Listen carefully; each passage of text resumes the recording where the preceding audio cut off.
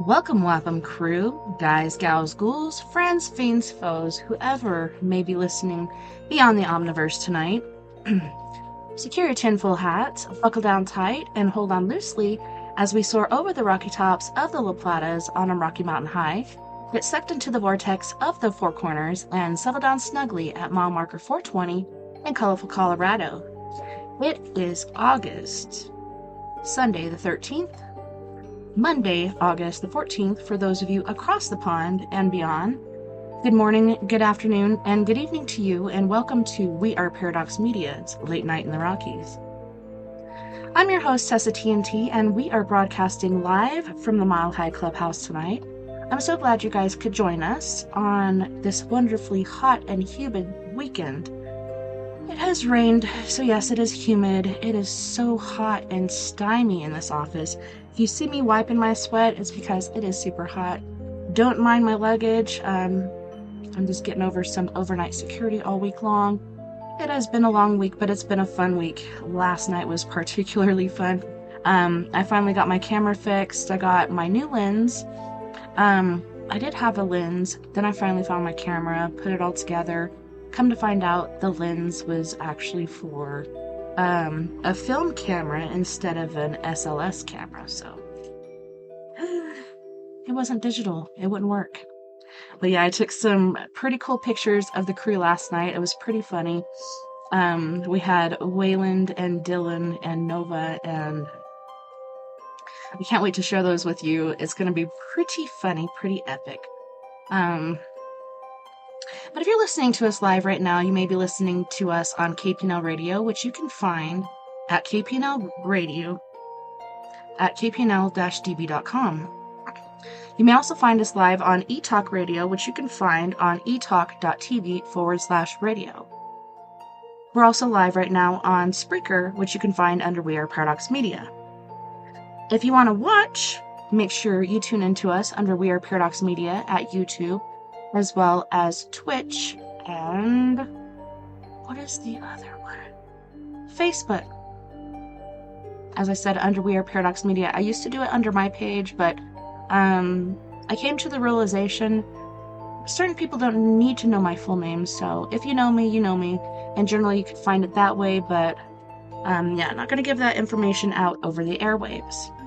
If you want to listen to us in your free time, whether you're working it or working out, tune in under We Are Paradox Media at Spreaker, Twitter, Spotify, Apple Podcasts, Google Podcasts, iTunes, Castbox, Tumblr, iHeartRadio, SoundCloud, TuneIn Radio, Deezer, Podcast Addict, Podcast Chaser, Podvine, Podbean, Owltail.com, GeoSarn, which is JIOSAARN, as well as VLC. Basically, any place that you listen to your podcast, go and check us out over there. So I got my lunch in, ate half of this, pretty mama there. I was very sad because they messed up two of my sandwiches. One was supposed to be a ultimate BMT, which it was just a little tiny BMT.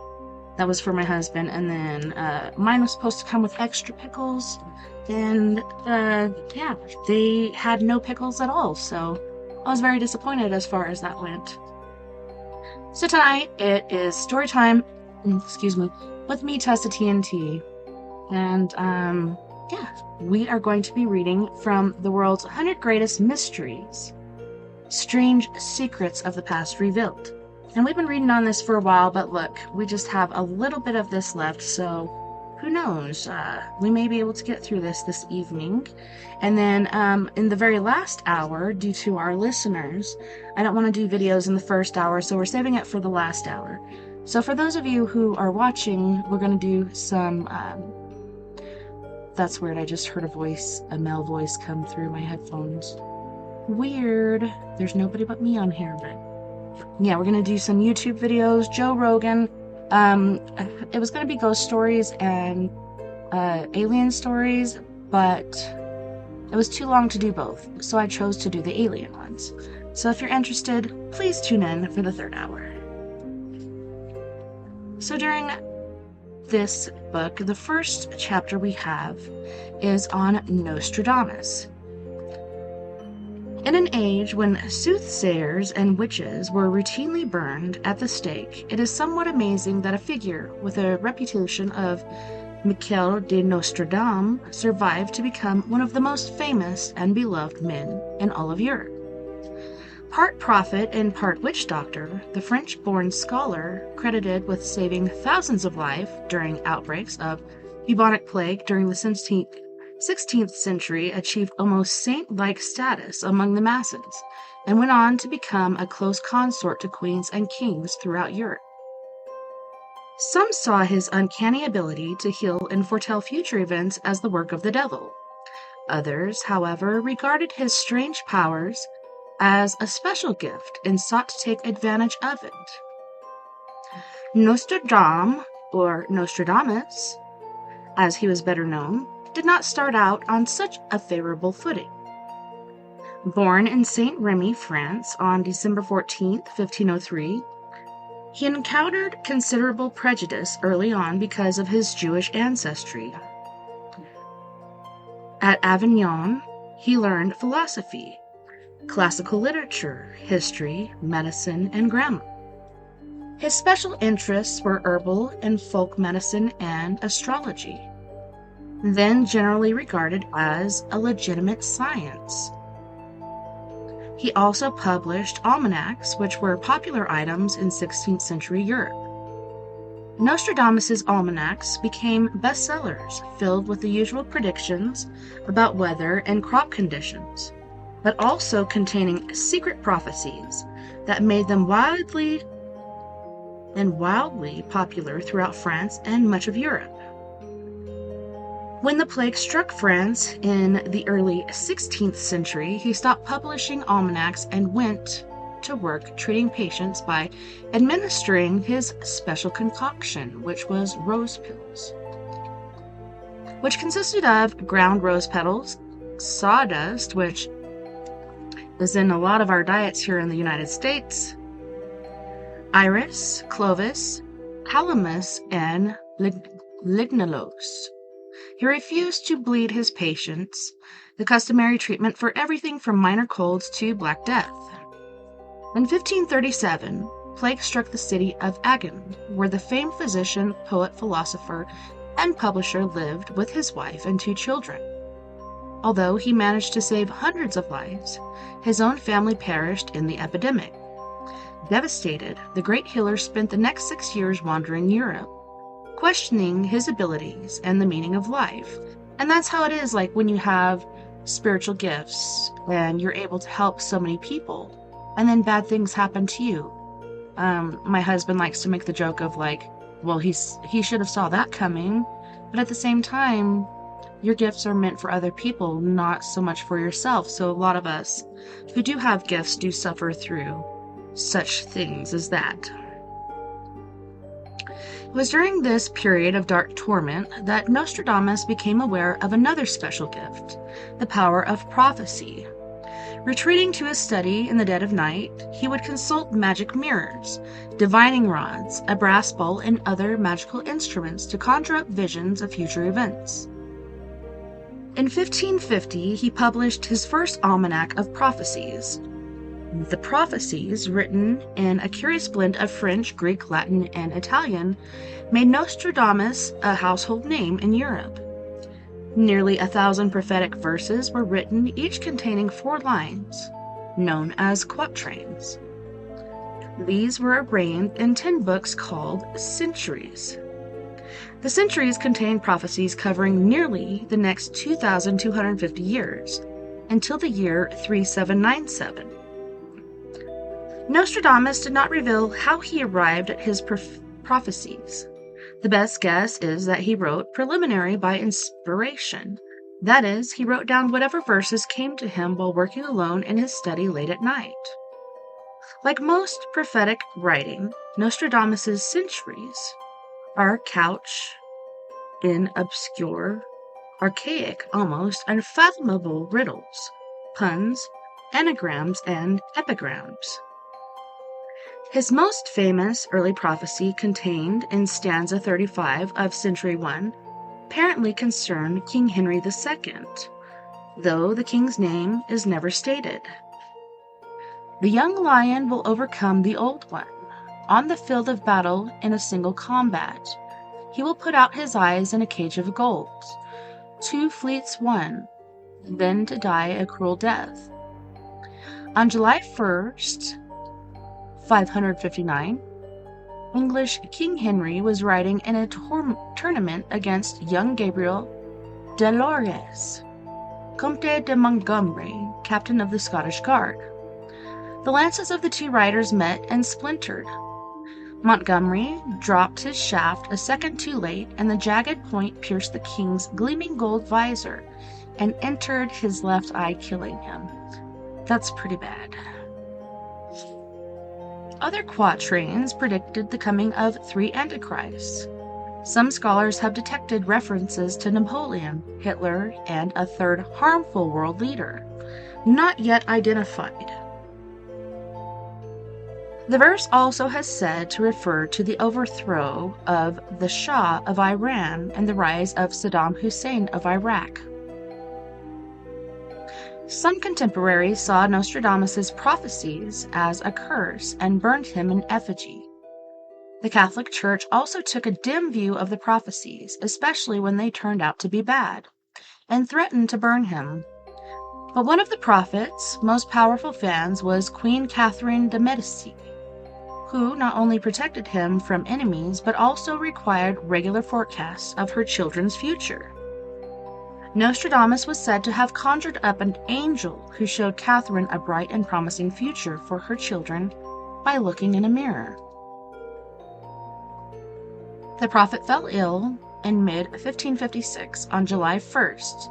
He told friends gathered at his bedside, "You will not find me alive at sunrise." True to form, he died that night. In his will, Nostradamus expressed the curious wish to be buried standing upright, supposedly, so that boorish people would not step on his body. That makes sense. His body was placed within the walls of the Church of Pedaliers of Ceylon.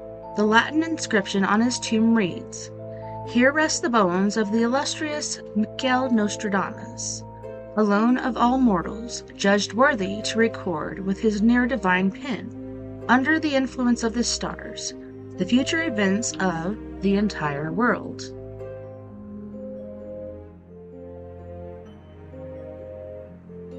Death of the Wunderkind.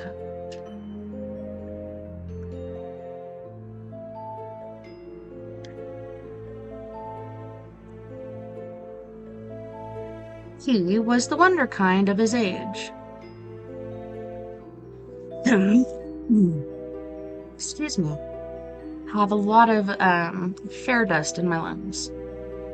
A brilliant, brooding child genius whose dazzling symphonic and operatic compositions made him an international star long before he was old enough to shave. Yet, when Wolfgang Amadeus Mozart died shortly before Christmas, in 1791 at the age of 35, the musical master of the classical era, the child prodigy who had composed his first symphony at age 4, was unceremoniously dumped into an unmarked pauper's grave and buried. What the heck? I just can't believe that. For years after his death, rumors swirled through the old capitals of Europe that Mozart had been murdered. Rumors had been fed by the ravings of Antonio Salieri, a mediocre rival who actually claimed to have poisoned the mighty musician himself. Salieri's claims were generally dismissed as the wild musings of a deranged competitor who sought fame by associating his name with the masterful Mozart. Another theory held that Mozart was assassinated by a conspiracy of Freemasons, even though the young Austrian's own doctors diagnosed the death as a heated military fever, quaint 18th century jargon for beats us. The truth is, other doctors who examined Mozart's corpse were never quite sure what he died of. Some suspected that he had succumbed to tuberculosis, rheumatoid arthritis, or streptococcal infection. A common theory today is that he died of uremia following chronic kidney disease. A more recent suggestion is that the boy wonder probably died of chronic subdural hematoma, a slow leakage of venous blood into the space between the skull and the brain. Miles Drake, a neurologist at Ohio State University, who has studied Mozart's skull for clues, theorizes that a crack in the left temple indicates the musician probably fell and hit his head, perhaps in a drunken stupor. Mozart drank heavily during the last month of his life, presumably out of frustration at his inability to gain a desirable post and despondent over his poverty. In all likelihood, such an injury would have torn veins leading from the surface of the brain, allowing blood to leak into the subdural space, which lies between the dura mater, the brain's protective membrane, and the skull, Dr. Drake said. As the blood accumulated and dried, it would have put increasing pressure on Mozart's left hemisphere that would have made him subject to the mood swings and depression that characterized the composer's final days. Dr. Drake said the injury could also have impaired the faculties controlled by the left hemisphere, including his ability to coordinate movements of the right side of his body and to compose music, which was very important to him. There is no evidence, however, that Mozart's musical abilities were impaired toward the end of his life. On the contrary, it was in 1791 that he wrote one of his greatest operas, The Magic Flute. The unfinished work for which he is equally famous, Requiem, was actually composed on his deathbed. Chronic depression, black thoughts, and headaches figure prominently in Mozart's 1790 letters to Michael Hochberg, a wealthy merchant whom he repeatedly begged for loans. Death was a common theme in his thoughts and letters. I thank my God for graciously granting me the opportunity of learning that death is the key which unlocks the doors to our true happiness, he once wrote. On another occasion he wrote, I have formed, during the last few years, such close relations with this best and truest friend of mankind, death, that his image is not only no longer terrifying to me, but is indeed very soothing and consoling. Morbid mutterings like these led some attending physicians to suspect the young musician was suffering from a deposit on the brain. In the 18th century, neurological terms, said Dr. Drake, that could have been anything from a brain abscess to a stroke to a brain tumor or a chronic subdural hematoma. Yet, the old rumors that he was murdered would not go away, even though no evidence has been found to support such views. After his death, other myths flourished as well, including the gossip about the relationship between his wife, Constance, and his best friend, Franz Sussmayer. Some musical historians have suggested that Sussmayer, who inherited the task of completing Requiem following Mozart's death, might have actually been the real father of Franz Xavier Wolfgang, the son who inherited Mozart's musical inclinations. One cold November morning, Mozart was found slumped unconscious at his desk. He spent the last 2 weeks of his life in bed, struggling in vain to complete Requiem. Shortly past midnight on December 5th, 1791, the master of symphonies and author of more than 600 musical masterpieces drew his last breath. Amid a howling rainstorm, the disease-racked body of the greatest musician in the history of the world was quietly laid to rest in a common grave because he was unable to afford a proper Christian burial. That is so frustrating to me. Being a Christian should not cost anything. Being buried as a Christian as well should not cost anything. Hello, beautiful Sister Sandra. Let me just type in here really quick.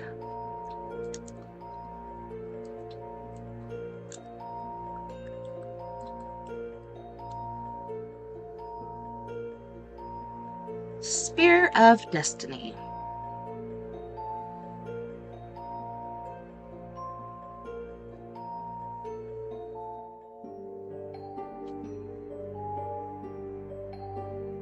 Once a week, the huge double doors of Vienna's Hofburg Museum would open, and a pale, shabbily dressed young man would step through and head straight for a special exhibit featuring the treasures of the House of Habsburg.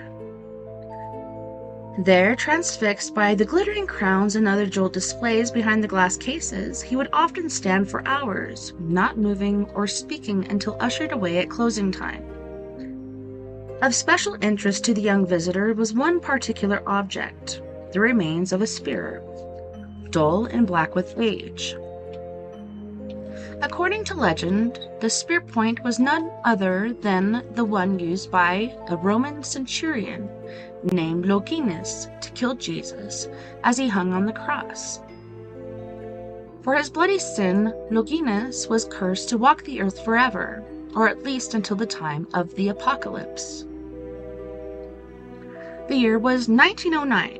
The visitor was a struggling young Austrian artist named Adolf Hitler.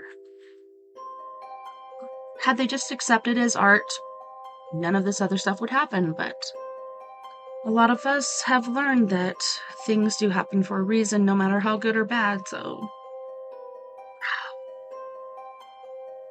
For the next 3 decades, until his death in 1945, the fanatical leader of Germany's Third Reich sought to possess the famous spear, not so much for its historical and religious value, but because of its purported mystical properties. Tradition held that the owner of the Spear of Longinus, also called the Spear of Destiny, the Spear of Hofsburg, the Spear of the Holy Grail, and occasionally the Spear of Christ, would possess the power to conquer the world. But the relic also carried a terrible curse. Whoever controlled the relic and then lost it would suffer defeat and death. Some said Alaric carried the Holy Lance when he sacked Rome. King Heinrich of Saxony had it in his possession when he defeated the Magyars, not sure how that's pronounced. Pope John the 7th? Or is that the 12th? Is thought to have used it to christen Heinrich's son Otto the Great as Holy Roman Emperor. Otto later used the spear when he defeated the Mongolian hordes in the Battle of Lech. Constantine the Great claimed that he was guided by divine providence via the spear in his victory at Milvian Bridge, which established Christianity as the official religion of the Holy Roman Empire. Charlemagne later acquired the spear, then Charles Martel, Frederick Barbarossa, and a long list of other great generals, emperors, and statesmen who profited politically and militarily. Some lost the lance and paid the price. Charlemagne died after accidentally dropping it. Barbarossa drowned while crossing a river after letting the lance slip from his hands into the water. Even Napoleon sought the lance, but failed in his attempt to acquire the relic when enemies beat him to it following the Battle of Austerlitz. The spear finally wound up in the possession of the House of the Habsburgs, and by the early 1900s was part of the collection stored in Hofburg Museum. It was there that Hitler, a young painter living in Vienna, learned about the lance and its mystical reputation. Dr. Walter Stein, who accompanied Hitler on one visit, said, "When we first stood side by side in front of the Spear of Destiny, it appeared to me that Hitler was in so deep a condition of trance that he was suffering almost complete sense denudation and a total lack of self-consciousness." Later, Hitler reportedly said, "I stood there quietly gazing upon it for several minutes, quite oblivious to the scene around me. It seemed to carry some hidden inner meaning which evaded me, a meaning which I felt inwardly I knew, yet could not bring to consciousness. I felt as though I myself had held it before in some early century of history, that I myself had once claimed it as my talisman over power and held the destiny of the world in my hands. The historians say that Hitler saw the lance as his mystical connection with generations of conquering Germanic leaders that had come before him. Soon after rising to power as Chancellor of Germany, Hitler moved quickly to annex Austria into his Third Reich. One of his first actions was to claim his Spear of Destiny from the Hofburg Museum. On October 13, 1938, the lance was loaded onto an armored train and sent to Nuremberg, heart of the Nazi movement. There he kept it in a vault at St. Catherine's Church throughout most of the world. To protect it from Allied bombing raids, Hitler had the mystical relic moved to a specially constructed vault beneath Nuremberg Castle. Finally, on April 30th, 1945, U.S. troops who had fought their way into Nuremberg in the face of fierce resistance entered the vault and came upon the spear. Completely unaware that his treasured artifact had fallen into enemies' hands, Hitler committed suicide in his Berlin bunker. Or did he? Just 80 minutes after, Lieutenant Walter William Horn had seized the spear in the name of the United States of America. Some historians saw Hitler's obsession with the spear as proof that Nazism is more than just a political system aimed at world conquests. Nazism, wrote Jean-Michel Agamben, or Engelbert, a French historian and author of The Occult and the Third Reich, was the only most recent outcropping of a militant neo-paganism locked in a death struggle with its arch-enemy, traditional Christianity, a struggle which will go on to the end of time. Hitler's own words, uttered in 1944, hinted at the darker side of Nazism. He who has seen in National Socialism only a political movement has seen nothing. Today, the spear is back in Hofburg Museum, an ancient relic with a notorious past. The shaft is long gone, but the spearhead, held together by gold, silver, and bronze thread, and containing a knell from the crucifix, remains a favorite attraction, drawing thousands of visitors from around the world each year. That to me is pretty insane. This chapter is called Bizarre Notions.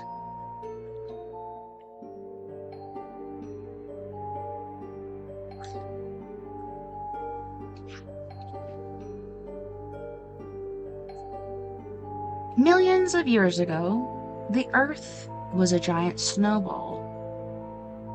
A barren blob of dirty gray ice and rock floating lifelessly through the primordial void. Then, one day, the ice began to melt. Slowly at first, and then faster and faster as temperatures rose and the mile-deep glaciers dripped northward. Then it happened again. Another thick blanket of ice moved down from the north, wrapping the frigid planet in a crusty mantle of glaring white ice.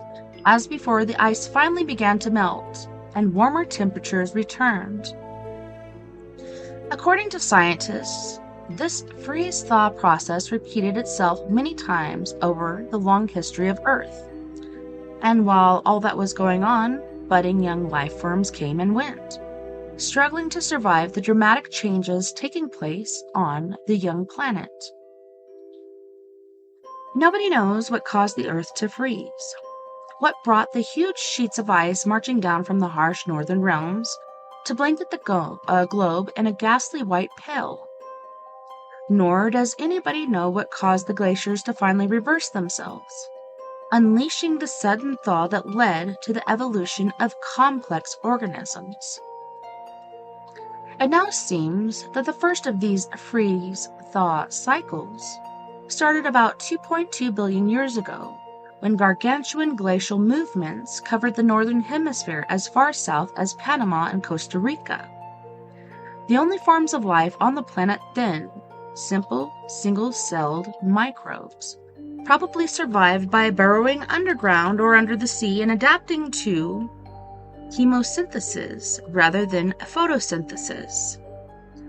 But an even greater catastrophe struck the Earth between 600 and 800 million years ago. This time, monster sheets of ice reached as far south as the tropics, in essence covering the entire globe, freezing and suffocating the planet's budding life forms. Once again, Snowball Earth was saved by a dramatic warming trend. Glaciers melted, rivers flowed wild, rising temperatures and the abundance of water led to the rapid development of new species around the planet. Chemical and isotopic analysis of rocks laid down in parts of Africa shows that the Earth went through at least 4 deep ice ages, each lasting millions of years. As more ice formed, the colder the Earth got. The dropping temperatures and icy glare reflected the sun's heat back into space, causing the planet to get even colder. One of the biggest mysteries in science is what caused each of these ancient ice ages to end. As glaciers grew bigger and thicker, why didn't temperatures continue to fall, transforming the Earth into a permanent snowball? Some scientists theorize that a sudden rise in the amount of carbon dioxide in the atmosphere, perhaps belched up from volcanoes, created a temporary greenhouse effect that led to a rapid rising of temperatures and the bloom of new species.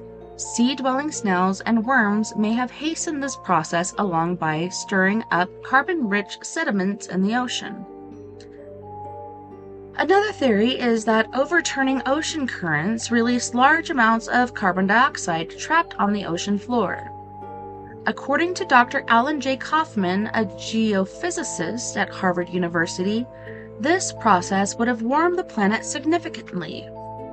What would cause the water to turn over and liberate carbon dioxide from the depths of the ocean?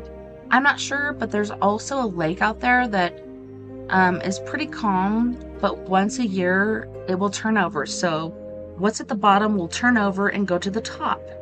And sometimes it actually turns white. It's pretty insane. Mid-ocean ridges are continually emitting gas, said Dr. Joseph L. Kirschvik, another Harvard researcher. At some point, the buildup of gases might have become unstable, and like champagne surging from a bottle, this could have created an explosive upsurge of water that would have fractured the ice above and released carbon dioxide into the atmosphere. This scenario suggests that carbon dioxide spewing into the air trapped heat from the sun and contributed to the planet's steady warming trend. While this theory remains controversial, most climatologists agree that one way or another, carbon dioxide probably holds the key to the mystery of ancient glaciations, as well as the evolution of life itself. In the words of Harvard University professor Paul F. Hoffman, this was the start of the biggest explosion of animal diversity in the history of life.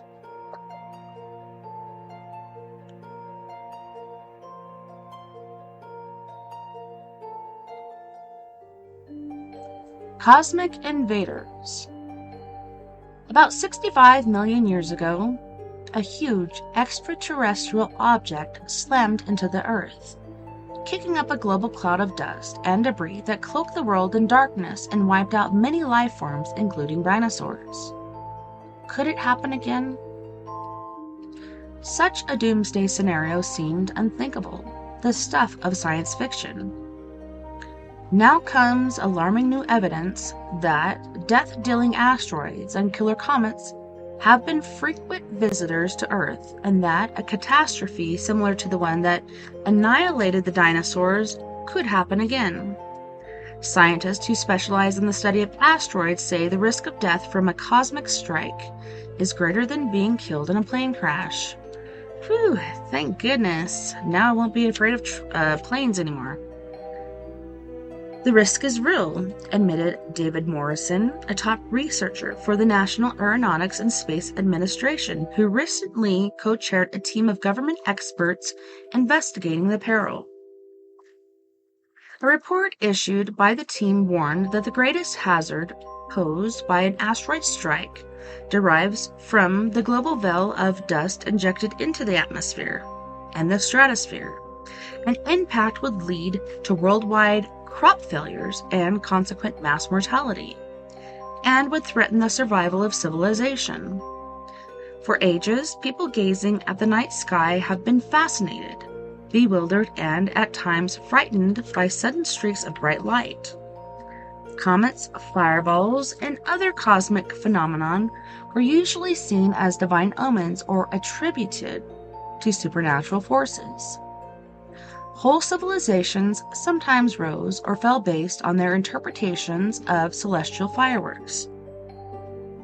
But, as Dr. Morrison and other scientists have shown, the reality seems far stranger and more terrifying than ancient stargazers could possibly have imagined.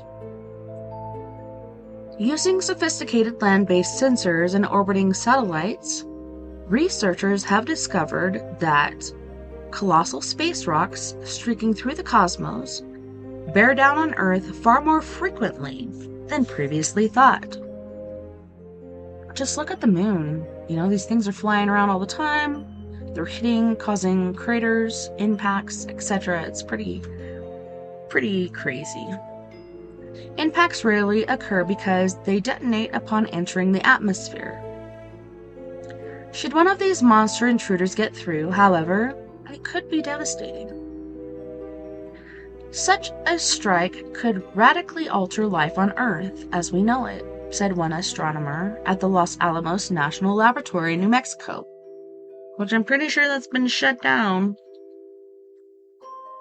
Until recently, it was believed that the rocky objects, anywhere from a few feet in diameter to 90 or so feet wide, strike 7 or 8 times a year. New evidence indicates that bombardment occurs more often, perhaps 12 to 15 times annually. These blasts light the sky with brilliant fireballs, but are rarely seen because they often occur over the sea or uninhabited land.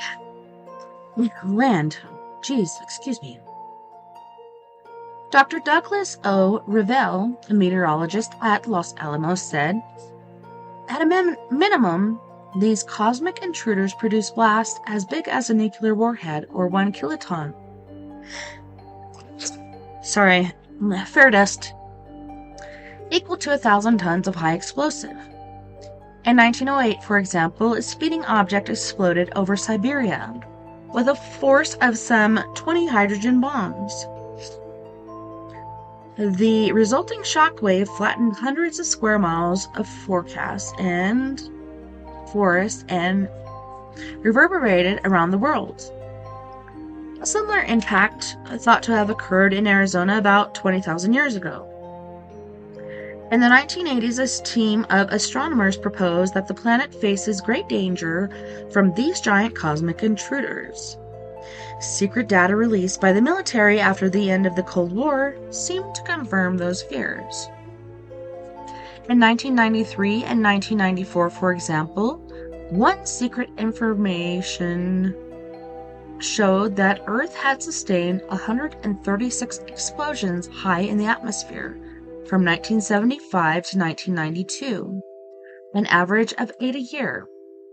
The blasts were calculated to have intensities roughly equal to 500 to 15,000 tons of high explosives, or the power of small atomic warheads. Today, Los Alamos monitors dangerous cosmic activity. Findings reveal that Earth is bombarded on average by 10 or 11 objects that are 6 or 7 feet wide and produce explosions equal to 1 kiloton nuclear blasts. In addition, they report at least one fairly large extraterrestrial object about 20 feet wide roars into the atmosphere each year, setting off a blast equal to 15 kiloton explosion. Such an impact, of course, could have devastating effect on the Earth. To help guard against such a calamity, the nations of the world are trying to band together in an effort to build a defense system that would include early warning monitors as well as a nuclear shield. In the early 1990s, disaster was narrowly averted when an asteroid traveling at 46,000 miles per hour and measuring more than half a mile in diameter passed within 500,000 miles of the Earth.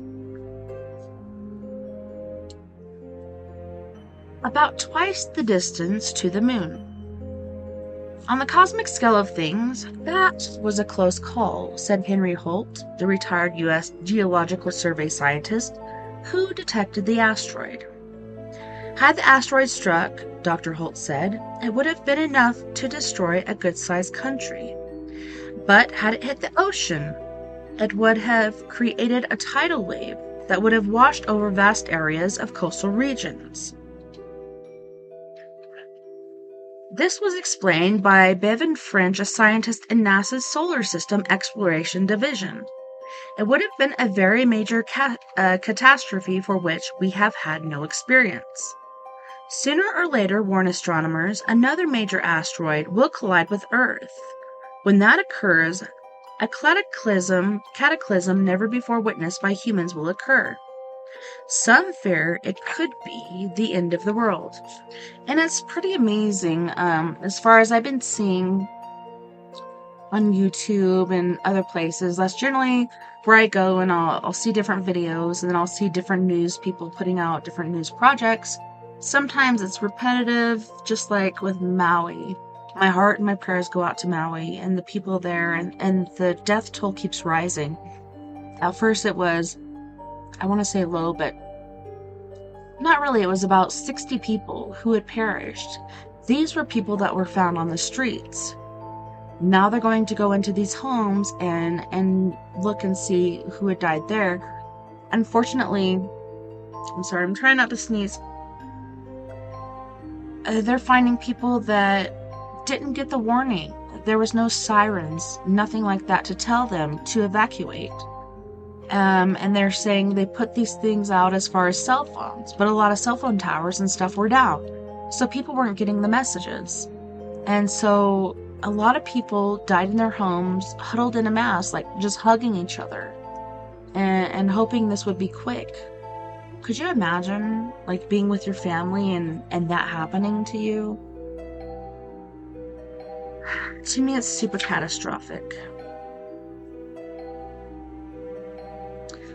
The Demon Cloud. Something horrible happened on the morning of August 16th, 1984, near Lake Nyos in the African nation of Cameroon. According to witnesses, a demon cloud rose from the dark waters and sucked out the souls of more than 1,000 villagers on their way to work.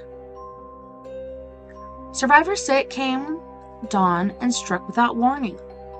There was nowhere for anyone to hide, nowhere for anyone to run, one terrified witness told an American newspaper reporter. The demon cloud engulfed them all and sucked out their spirits. Witch doctors believe an ancient spirit came from the lake to punish wrongdoers. They say the spirit appeared as a lethal mist, rising more than 500 feet into the air.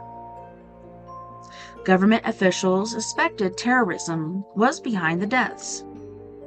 It was a time of political unrest, and armed bands of guerrillas roamed the backcountry creating havoc. But scientists insist that the spirit was a lethal cloud of carbon dioxide, gas that belched up from the bottom of the lake. Dr. David M. Rupp, a former professor of paleontology at the University of Chicago, said the carbon dioxide theory offers the only plausible explanation for the catastrophe. It's a good thing that someone has brought up this supposed possibility, he told the New York Times. I think we're on the right track. Periodic eruptions of carbon dioxide gas have been common in the Earth's long geologic past. In fact, say some researchers, the Lake Nyos tragedy is very similar to one that happened some 250 million years ago, when about 90% of the planet's animal species were wiped out. Sorry, that was my cell phone for some reason.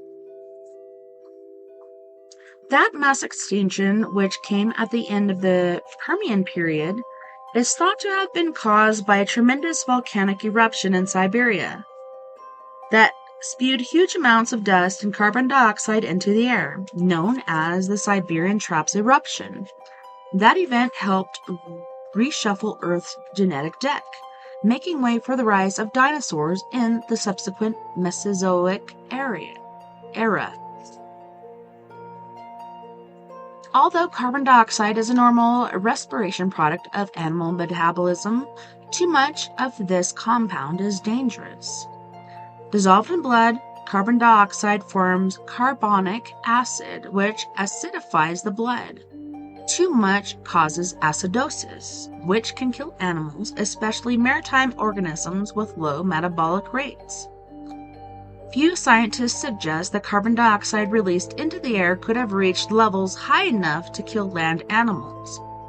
But air, unusually rich in carbon dioxide, could produce a heightened greenhouse effect, trapping energy from sunlight and raising global temperatures, which would be dangerous to some animals and destroy habitats needed by others. Dr. Richard Bombach, a geologist at Virginia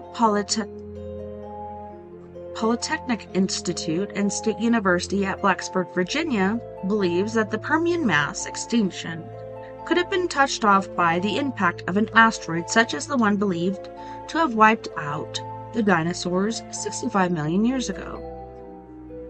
Although the conditions that may have made the Permian seas a killer probably do not exist in modern oceans.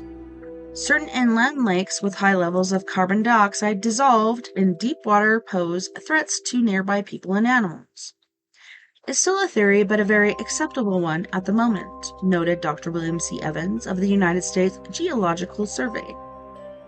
Chemical surveys at Lake Nyos showed that the content of the water was 96% carbon dioxide, an unusual discovery since decaying organic matter usually causes an equal mixture of carbon dioxide and methane. The study further revealed that the mixture appeared to be volcanic in origin.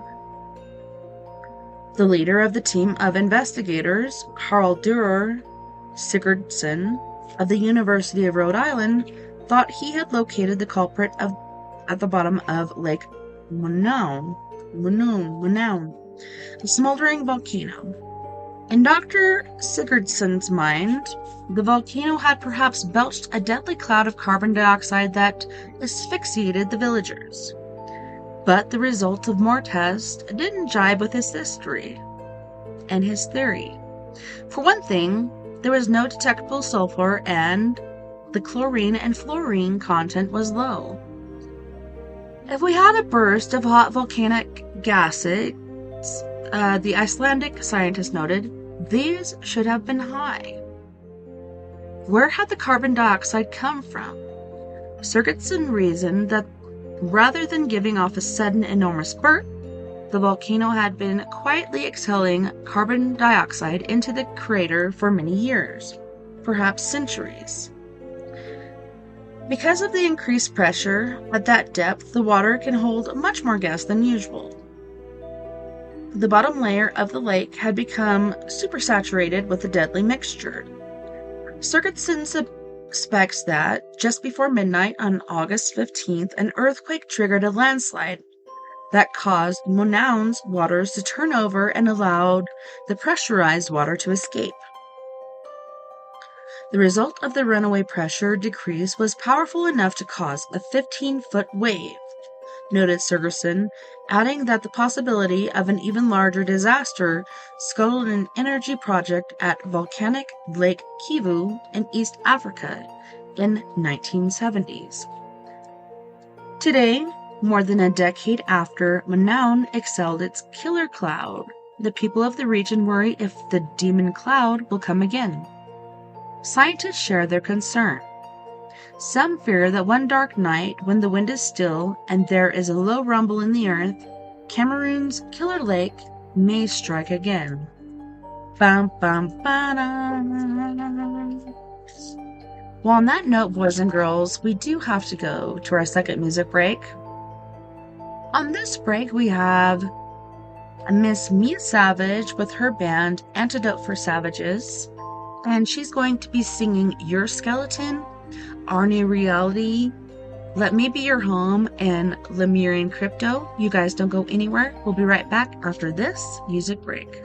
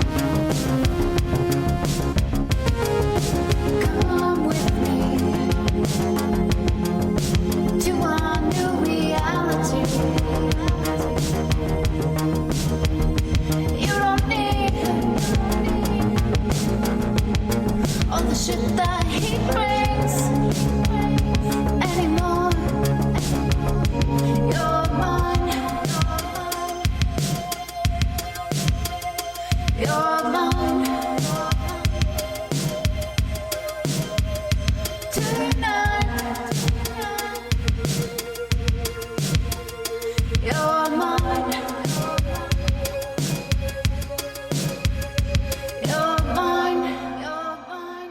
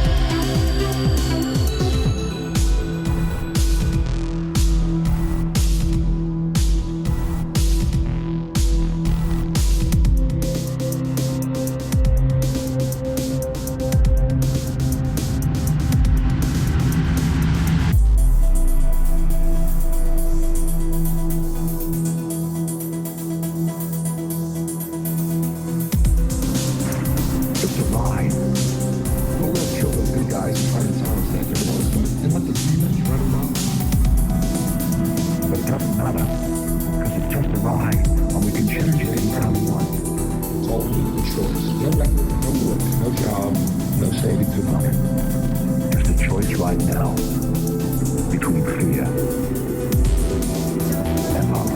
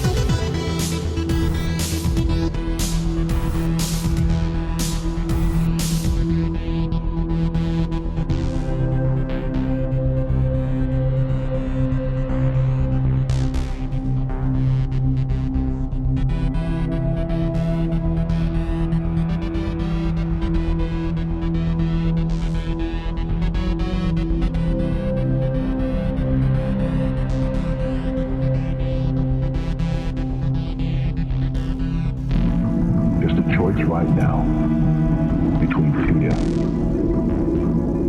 and love.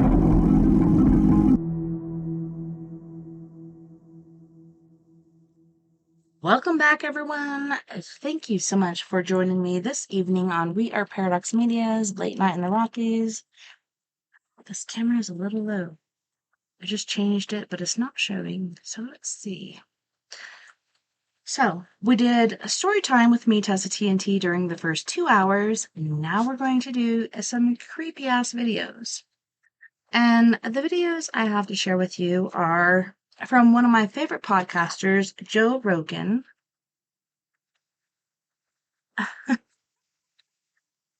I don't know, Travis. Am I going to scare you tonight? No, I did see some UFOs last night. That was pretty awesome. Hey, you, Adrian. But yeah, they were so far away. So in the past, at the fairgrounds, we've seen motherships.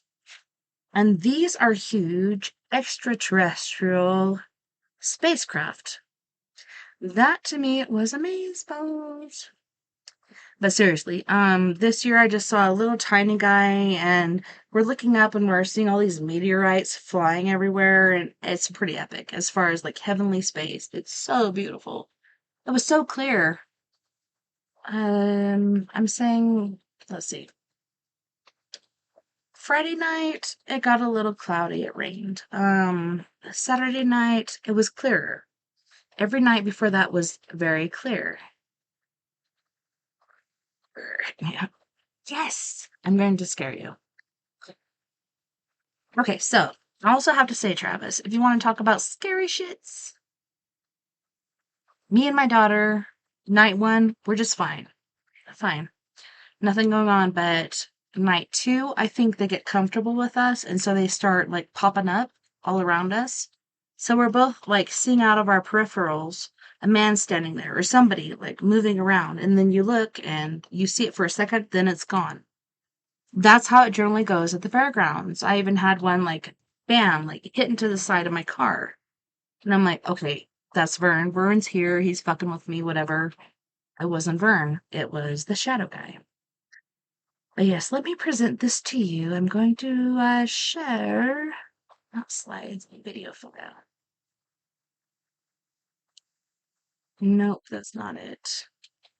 So let me close that. But yes, it was very good fair year. Last night I was super surprised because generally on Saturdays, the kids, get this this thing within them where they're just like, we have to go in, we gotta fuck with the security, we gotta fuck with the animals, whatnot. And it was so quiet last night. It was eerily quiet. It was so weird. Because generally there's teenagers, like, generally I have a laser and I'm playing like laser tag with them and stuff. And there was a dance. It was super busy. I went up there, I had to withdraw two troops from there, bring them down to the barn because I'm just like, this is covered here. Let's go down here. And it was super busy up there. I was just expecting some stuff to go off. And we were taught by maintenance, go over to this box, you can press off and on. It was on, pressed off on both of them. The lights were still on, so there was like some sort of background light happening. Let's see. Share screen. Share screen. Mon beast one. Okay, so not sure if you know, but Joe Rogan, I'm a super fan of his, and this is the craziest alien theories in Joe Rogan history. And these are pretty good. There was ghost stories and alien theories, and I decided to go with this instead of the other just because it matched the time frame better, and this stuff is really happening right now. So here we go.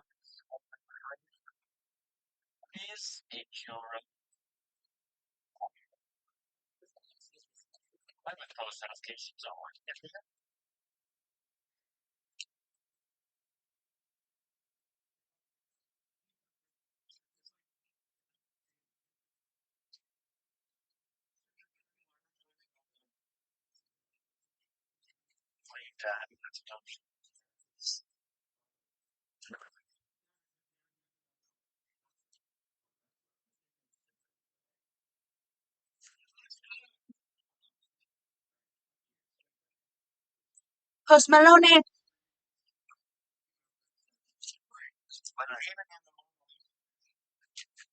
the background.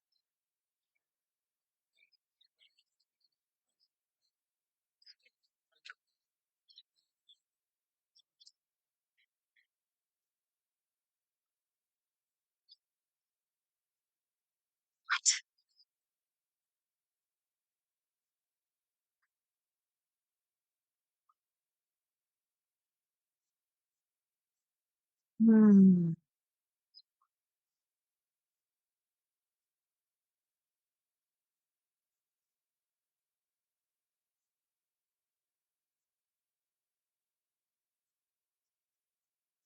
Meh.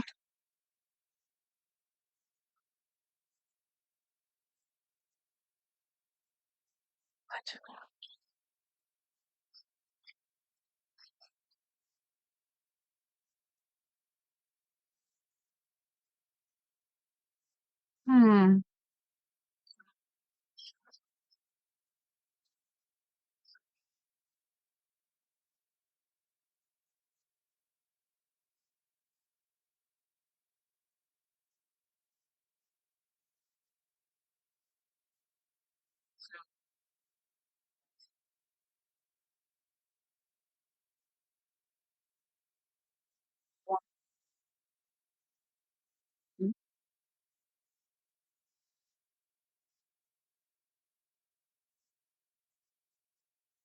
No, but you do.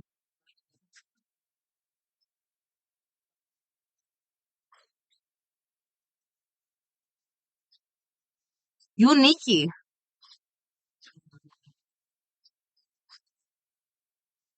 All the time.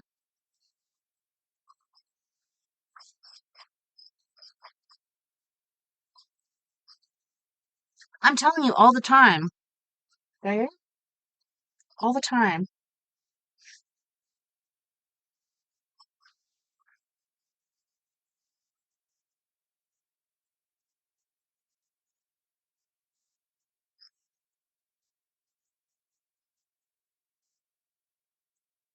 Yeah.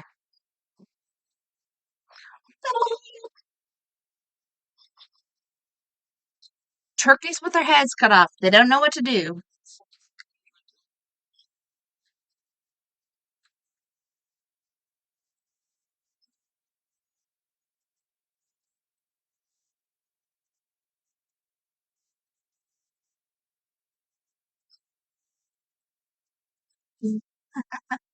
Like that.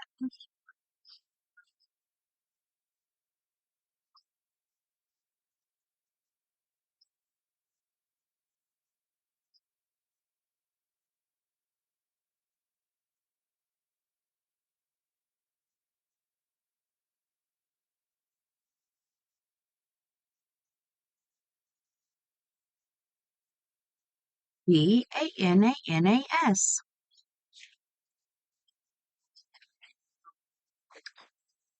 We've seen it.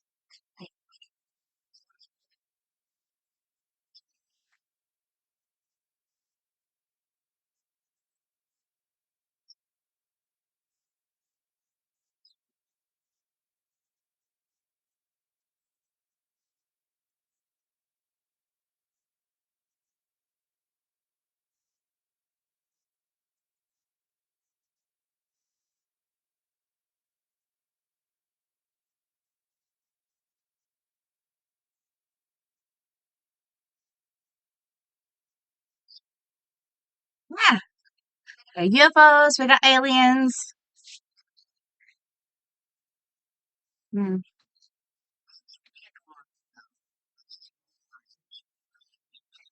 You're backing up what we know.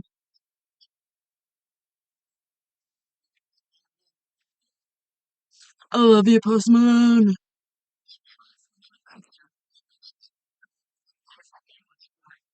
There's like 770. Come on. What? Mm.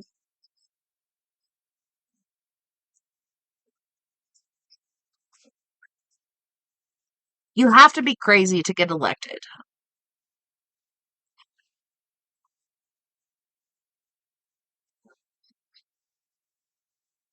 I'm telling you what. You have to be crazy to be in office.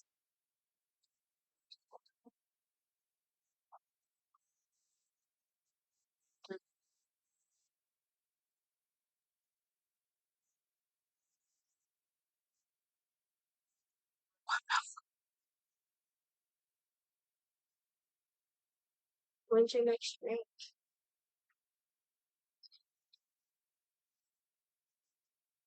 Here in an hour?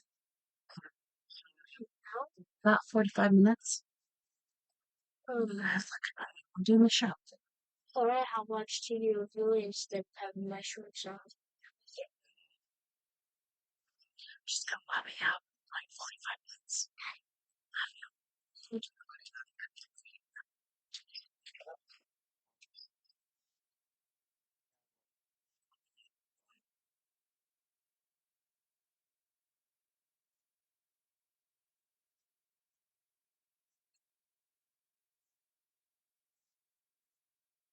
Mhm.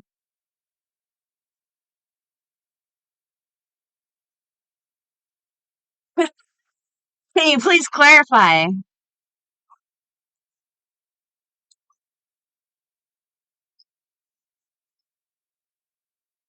What?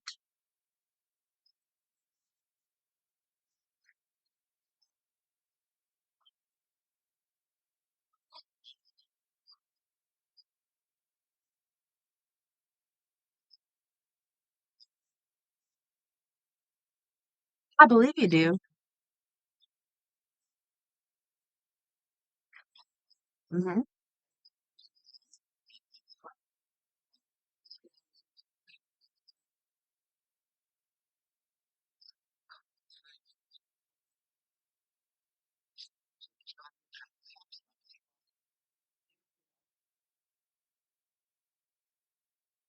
Bob Lazar.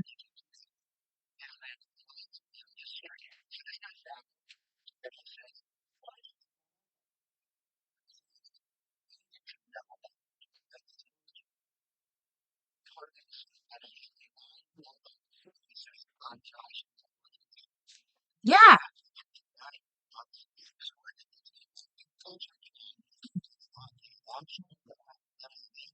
Mhm.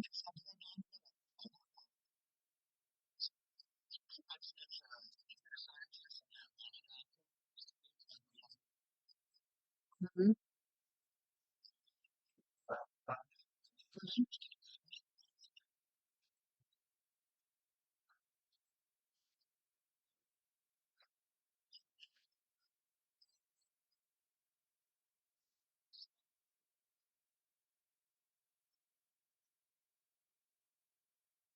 Yeah, yeah.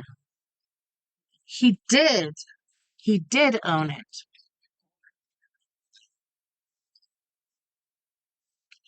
You can't even say Skinwalker Ranch anymore. Copyright. Thanks, History Channel.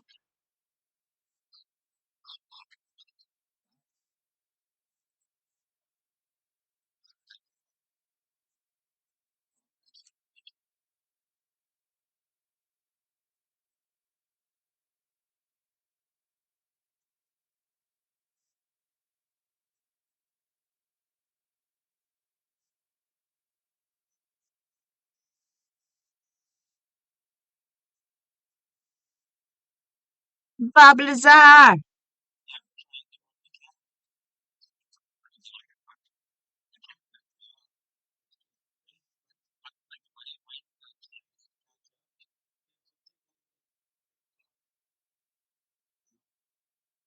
Hmm.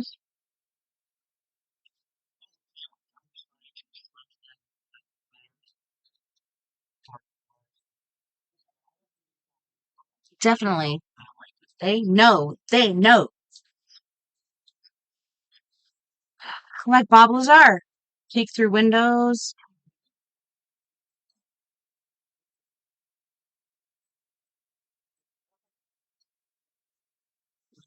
Squeaky leaky. Yeah. Wee, wee, wee.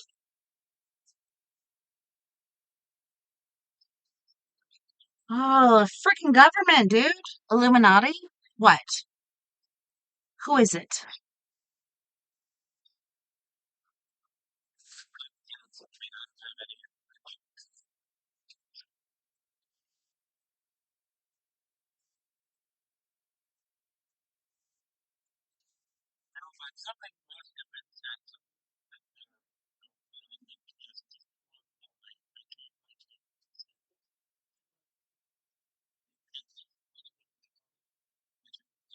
Hmm. Ancient.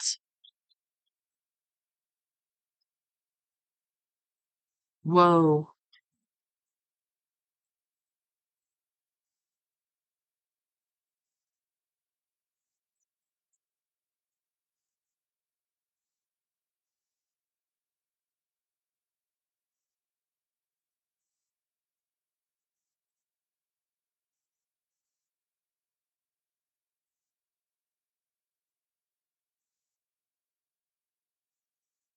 Like us.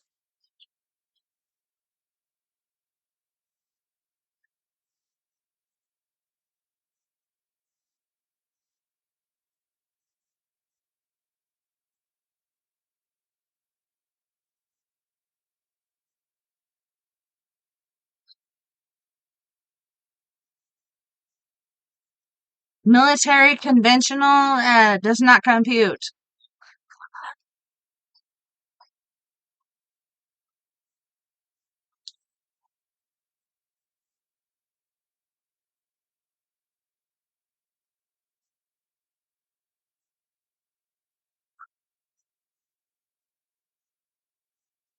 What the fuck? Luigi Shane.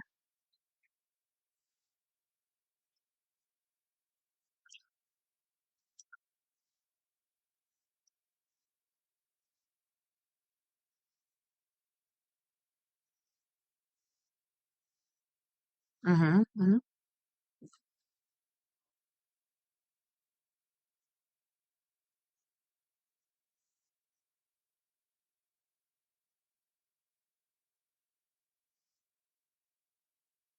In our atmosphere, they are weak and feeble. They're not used to it. Please help me. Please help me. Mhm.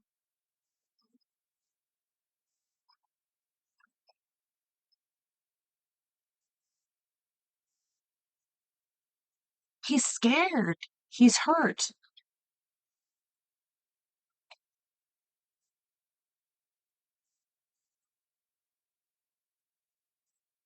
Mm,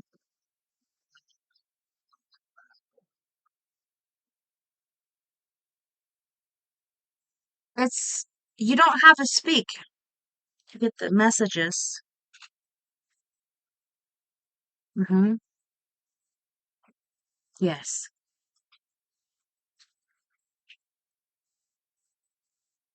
Seriously. Mother.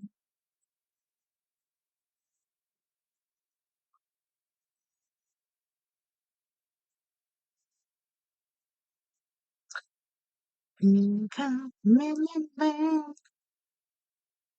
Hmm.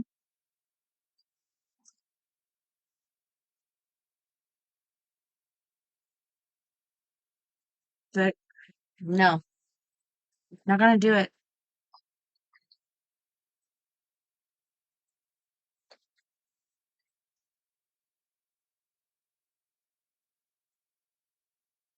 It caused a lot of turmoil. Oh my god, it's worse than the skunk.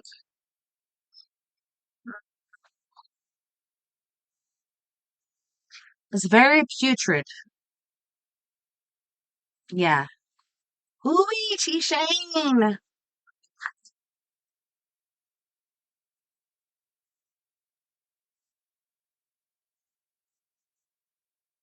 Hmm. It's like forever. It's like there. Just like,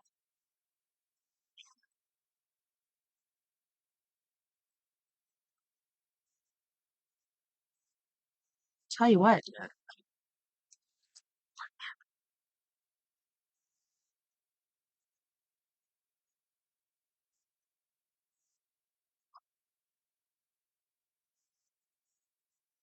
it was stuck. She couldn't get rid of it. No. Hmm. It's so prominent.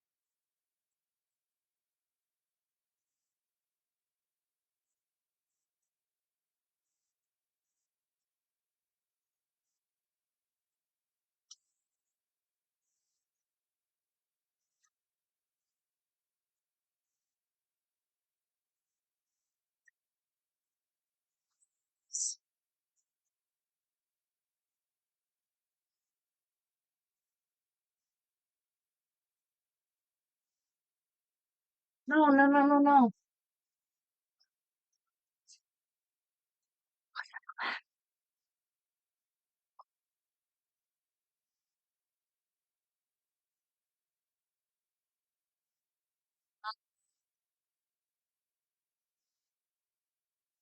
Yeah.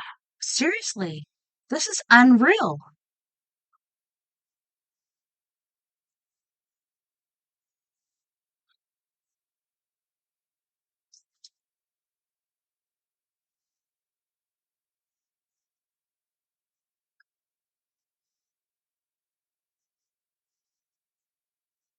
Dude.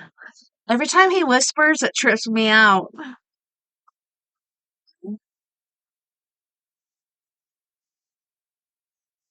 Seriously. It's not worth all the money of the world.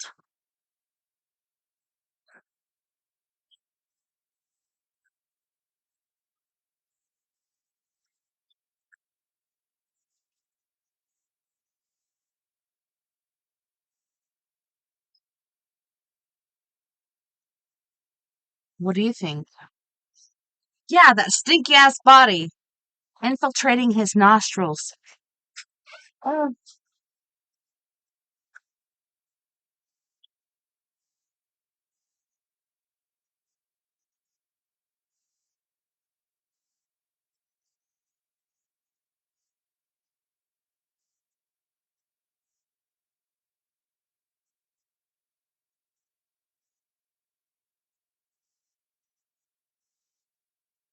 Marco. Polo.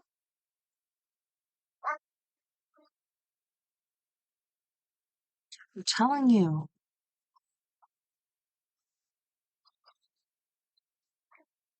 I love that movie.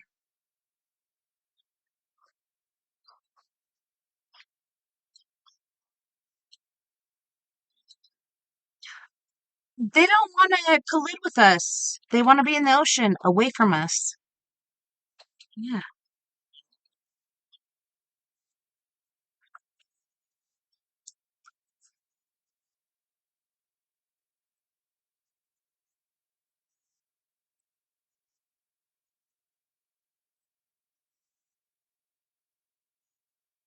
Hmm. Hey, Jay.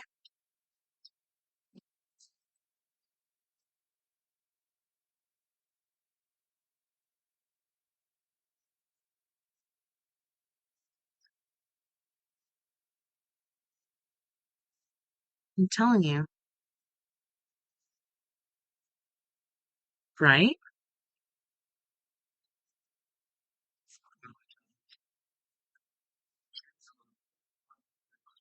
Seriously. Nobody could survive that except for aliens because they have this gravitational anti-gravity thing. Hmm.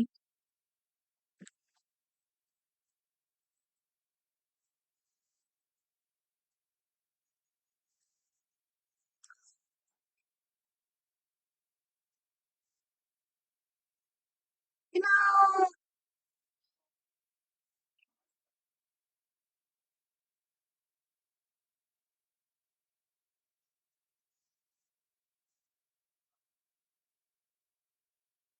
China. Our future selves. They're going the nuclear reactors, shutting them down.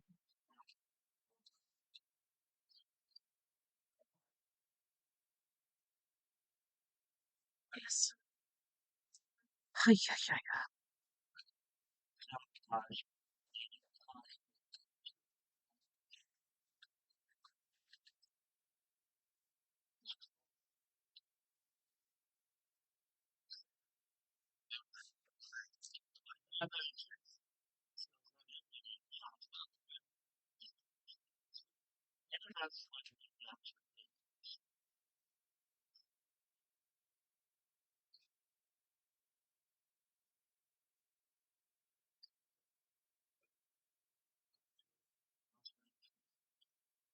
The aliens are shutting it down.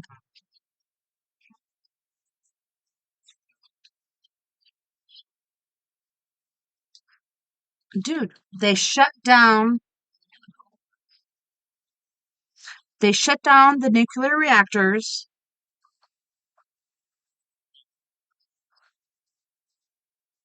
I'm telling you, they won't take down the power grid because that's not good for us. But nuclear launches, they will kill it. It's been shown on video. It goes, psh, or they'll shut it down naturally.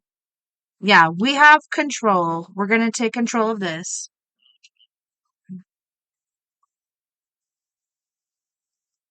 Ooh. Oh,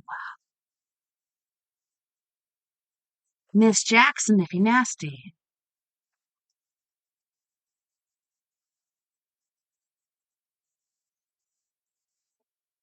I found a place down in Africa.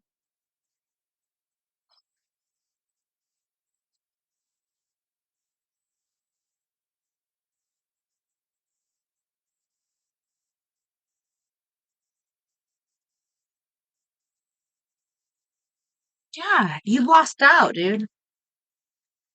No, you could have gone big with that, but you didn't.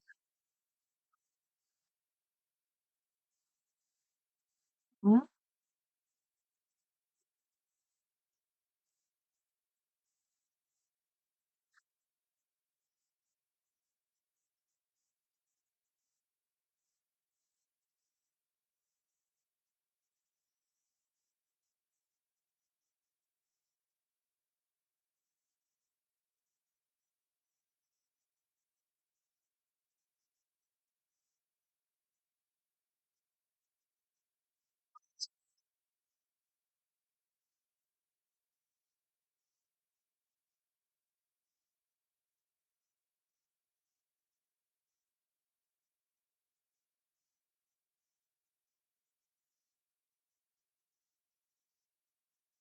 playing, doing their own thing.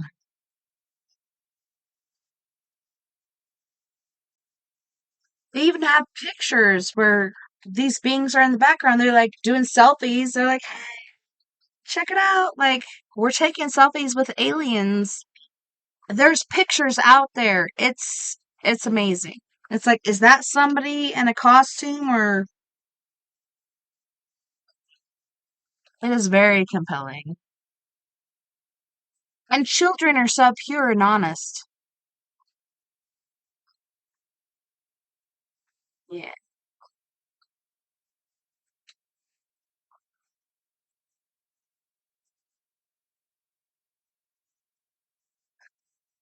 Right. Because they're so innocent. Okay, so it could be a workplace, could be other place, but I just feel like they're so innocent. That's why the aliens came down.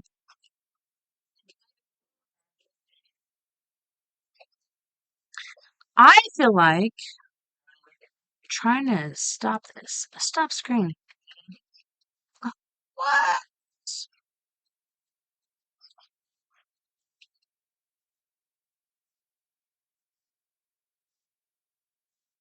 Was it still going?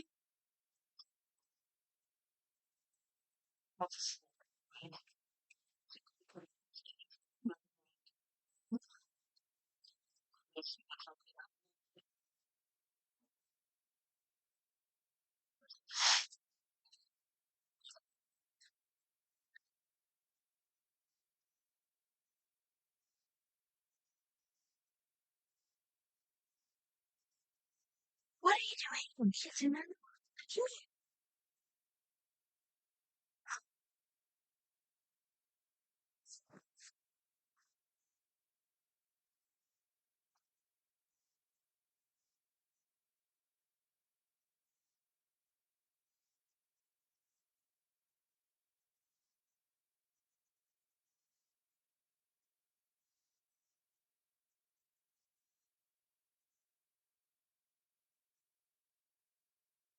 You can let the others be. I'm sure you can.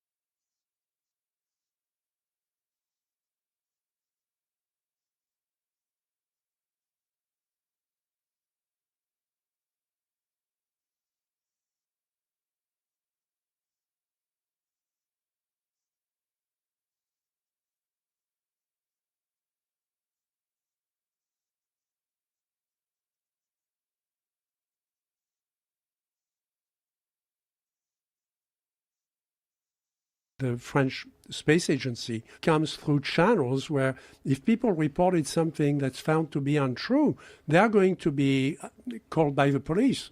What are your thoughts on alien life, on life outside of this planet? Is this something you think about? Yeah, I think there must be. Even in the solar system, I would not be surprised if we find microbes on Mars or on some of the moons of Jupiter or Saturn where there's liquid water. Like Europa. Yeah. And the reason is, if you think about, the reason I think that, and it's a guess, is because if you look at the history of life on Earth, then, so Earth formed and it was just there was no life. It was a ball of rock. And almost as soon as it cooled down, we see evidence of life. So certainly 3.8 billion years ago, possibly even further back than that, we see evidence of life on Earth. So somewhere along the line, geochemistry, active geochemistry, became biochemistry on Earth. And we have some idea, that if you get gradients of temperature and acid and alkaline and the conditions that are naturally present on the surface of oceans, then complex carbon chemistry spontaneously happens. So we know that life, almost certainly we know that life began on Earth. I mean, the other option is it came from space or something like that, but it probably didn't. Right? It probably began on Earth. So that means that at least here, that happened. And that we know that the conditions that led to the origin of life on Earth were present on Mars 4 billion years ago. And we know that they're present on Europa today. So I don't see that there's anything special. Life is just chemistry. And the idea that geochemistry becomes biochemistry is not fanciful because it happened here. So I think that given the same conditions, it would be surprising to me if the same thing didn't happen, in that life begins. So that's to test that is one of the great frontiers of science now. It's one of the great challenges, which is why another reason we're interested in Mars, because we know those conditions were there. We know there were what's called hydrothermal vent systems on the floors of oceans on Mars 3.8 or 4 billion years ago. So it would be good to know if what I've said is right. And the way we find out is to find life or evidence of past life. Are you aware of the speculation that was going around? How recent was it, that Occupy thing, the octopus eggs? There was a group of scientists that were speculating that it's panspermia, the idea of panspermia, that it's possible that octopi had come from somewhere else. Some frozen eggs had actually come from somewhere else and landed on Earth. And these were like legitimate scientists who were contemplating it, not morons. I don't think... Have you seen this? No, I didn't. But I mean, I think it's unlikely. So panspermia doesn't have to be unlikely. Right. I mean, for example, you might have seen the other day we found an Earth rock on the moon. Yes. Right. Well, it was back on Earth now because the Apollo astronauts brought it back, didn't they? It's 4 billion years old. There's spermatozoid out there everywhere. Yeah. Right. So we know that material gets transferred between planets, and so it's not inconceivable that microbes could survive that journey. Right. We know that microbes can survive in space, for example. So that isn't mad. It's probably unlikely, but it's not mad. But with the octopus, I hadn't heard that. But the thing is that the octopus is still extremely similar biologically to us. I mean, the differences are negligible. Yeah. So it's still got the same They're energy very system, alien, single ATP and DNA and all that stuff. We're friends. It's all very, very similar. It was something about RNA and DNA. Did you find that article? I'm looking at a different one from a different website. It's about the same thing. It has to do with the Cambrian explosion. And there were 33 authors on a paper that got published in the Progress in Biophysics and Molecular Biology that talked about this possibility. There are other people that disagree with it, though. Right. I mean, I suppose I haven't seen it. So I think it's unlikely because the octopus is extremely similar to us. So that suggests a common origin to me. That I suppose the counter-argument you could advance would be there's only one way to do life. So you could say that actually because the laws of physics and chemistry are the same everywhere. So maybe DNA is the only way to do it. So that's the way it gets done. DNA, RNA, what? Yeah, although so alien as well. Yeah, they're not, though. That's the thing about an octopus. That's why I'm surprised about it, because they're not that alien. They're very similar. Well, they're in their abilities. What? I mean, their ability to transform their outer texture and their color almost instantaneously. Oh, yeah. I mean, they have incredible camouflage abilities that really don't exist in the mammalian world. Yeah, but on a cellular level, you look at an octopus cell under a microscope, and you wouldn't be able to tell the difference. Right. between an octopus cell and a human Yes, cell. So yes. Hello? You still going there? The only way that would make sense is if all life comes from basically the same kind of building blocks and just varies depending upon the conditions and where it takes place. I'm guessing, but yes, that must be the only way you could sustain that, given that they're so similar to us, because they really are biochemically. That's the only way it can be done, given the building block, the toolkit, the laws of nature, and the elements and so on that we have in our universe. We have so many different life forms on our planet, but if we found anything that's remotely similar to what we have you guys, on Earth, on another planet, we are at the end of our time for We Are Paradox Media's Late Night in the Rockies. I'm so glad you guys could join us this evening on We Are Paradox Media's Late Night in the Rockies, and I hope that you guys enjoyed story time as well as having Joe Rogan on and his alien experiences or his guests' alien experiences. To me, that's pretty intense. But yeah, Joe Rogan, he's totally open, and a lot of people have compared me to Joe Rogan, and I'm just like, what? I don't even get that. I'm just like, me? Joe Rogan? Totally two different venues, but at the same time, perhaps if we met or something else could happen, perhaps I could be just like he, Mr. Joe Rogan. But yeah, so earlier I had queued on ghost stories as well as alien stories, and to me, this whole thing being in effect, super intriguing to me. I was totally blown away. Totally blown away. But I want to thank you, everyone out there who's been listening to me on We Are Paradox Media's Late Night in the Rockies. It was super awesome to have you on here. All of your experiences, etc., yada yada. Hortude. I'm telling you what. It's been super amazing to have you on. Thank you for coming in with me and watching Joe Rogan and learning these different experiences. To me, it's pretty epic and awesome. Next week, we have me, TessaTNT. We have Ghost Stories, aka the book, The World's 100 Greatest Mysteries, aka Strange Secrets of the Past Revealed. Also different stories going along with our lives. But thank you so much for listening Beyond the Omniverse tonight. Wherever you may be, it's been amazing to have you. In the meantime, we're all in this together. Together, we can make the world a little better. And together, my friends, we are Paradox Media, because without you, there is no us. So we do have an after party. If you want to come in, if you've been there before, look me up under tessa.n.thomas30@gmail.com, or look me up at TessaTNT 970-335-9596. Together we can make the world a little better. Together we can build each other up, and together, my friends, we are Paradox Media, because without you, there is no us. In the meantime, night-night, live light, and I'll see you back here, same time, same crazy place.